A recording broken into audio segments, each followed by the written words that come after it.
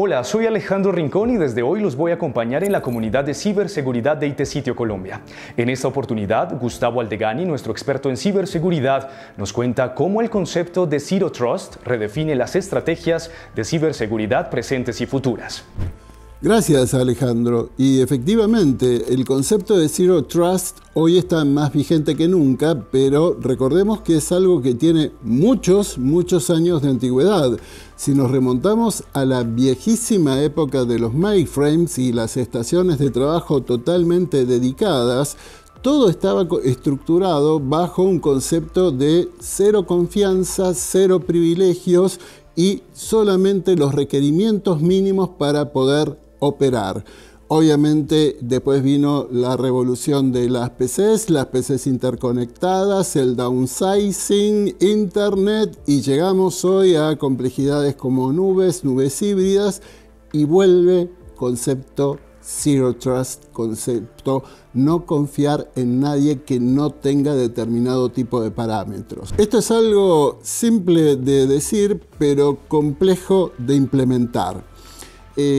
¿Cómo llevamos adelante esto, por ejemplo, para un administrador de un Secure Operations Center o cómo se gestiona y organiza esto a nivel Chief Information Security Officer? Bien, la realidad es que hay que dar una serie de pasos fundamentales y uno por uno son los siguientes. ¿Por dónde empezamos? Obviamente por el eslabón más importante del ecosistema de ciberseguridad, que es las personas. Las personas que deben acceder a un sistema son las personas correctas, las personas indicadas, las personas específicamente que tienen que cumplir un determinado rol. ¿Cómo logro en primera instancia eso? Por un método de autenticación fuerte, en lo posible con un tercer factor de autenticación dinámico y pues sería mucho mejor un factor de autenticación biométrico. Una vez que tengo la seguridad de que la persona es quien dice ser, esa persona tiene predefinido un perfil de acceso a la red, un perfil de acceso a sus aplicaciones específicas de trabajo y ningún recurso más. Con eso estamos en Zero Trust para la persona, porque si la persona no es quien dice ser, no va a poder acceder al sistema, y si la persona es quien dice ser, pero trata de acceder a una parte del sistema para la cual no está autorizada, no va a poder acceder, tiene privilegio mínimo. Y relacionado con el nivel de acceso tenemos justamente el punto 2, el nivel adecuado de ese acceso. ¿En qué consiste? Hay que tener muy claro, reunirse con la gente operativa, con la gente de negocio y entender qué tipo de acceso y qué necesidades de aplicaciones tienen las personas que trabajan en todas las áreas de todas las especialidades profesionales de la compañía.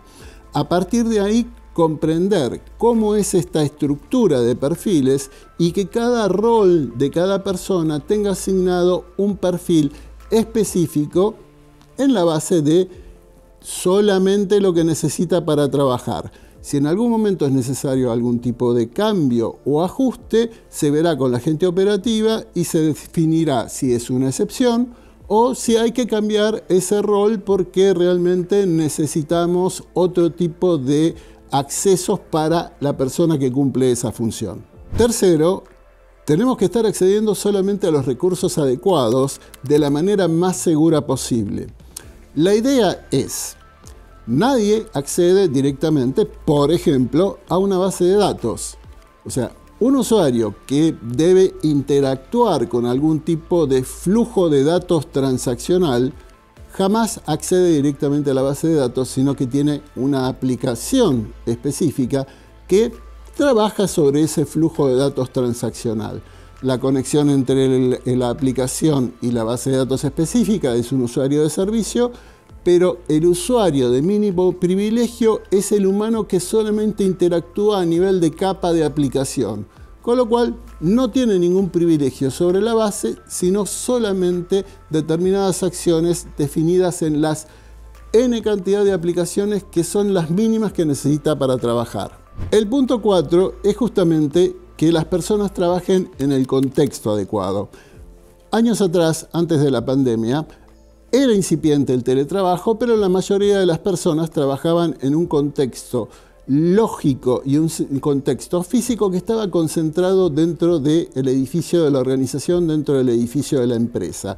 Hoy esto se difuminó, llega a la casa de la persona que está teletrabajando, se ha difuminado y abierto muchísimo el perímetro de seguridad, y entonces lo que tenemos que reforzar muchísimo es el contexto lógico, el contexto de combinaciones de software sobre el cual está trabajando la persona.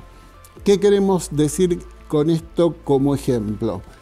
Una muy fuerte segregación de funciones, no solo entre las distintas áreas de trabajo, sino, por ejemplo, entre funciones muy específicas como los desarrolladores de software, en el sentido que quien desarrolla no tiene acceso al ambiente de testing, quien está testeando no tiene acceso a ambientes preproductivos, y los ambientes preproductivos también están absolutamente aislados del ambiente de producción. Lograda esta segregación lógica, cada uno va a estar trabajando en el lugar adecuado. El quinto es el dispositivo correcto en el lugar correcto.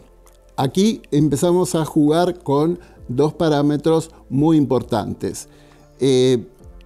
¿Es suficiente autenticar o identificar a la persona?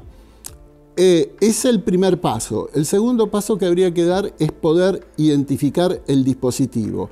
Poder saber que ese dispositivo ha sido homologado por la empresa, ha sido verificado por la empresa, proporcionado por la empresa, tiene una imagen de sistema operativo determinada por la cual mi sistema de autenticación verifica que esa computadora está autorizada para ser utilizada por esta persona. Entonces, cuando alguien se conecta desde cualquier parte, puede ser su casa, yo voy a estar registrando no solo las credenciales del usuario para saber si es realmente quien dice ser, sino que voy a estar verificando que ese es un equipo que pertenece a la empresa y está debidamente securizado. Y el último punto es la clave del éxito de todos estos pasos. Esto tiene que ser montado en un proceso de mejora continua. La gente de ciberseguridad estamos muy acostumbrados a los procesos de mejora continua, pero los especialistas profesionales de otras ramas que no tienen que ver con IT no siempre están acostumbrados a estos procesos de revisar periódicamente, volver a revisar, con lo cual hay que llevar una serie de acuerdos muy importantes con las áreas no IT para tener reuniones regulares. Lo que dicen las normas son por lo menos cada 6 meses, justamente para revisar los perfiles y los accesos de cada uno de los usuarios que pertenecen a cada una de las áreas.